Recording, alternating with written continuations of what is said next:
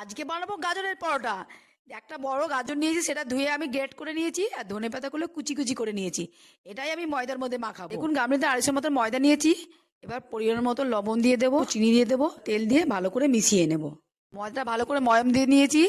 এবার গ্রেট করা গাজরটা দিয়ে দেবো, ধনেপাতা কুচি দিয়ে দেবো, 1 চামচ গোলমরিচের গুঁড়ো দিয়ে দেবো, অল্প লঙ্কার গুঁড়ো দিয়ে দেবো, দিয়ে ভালো করে মিশিয়ে অল্প জল ছড়িয়ে ছড়িয়ে ভালো করে মাখিয়ে নেব।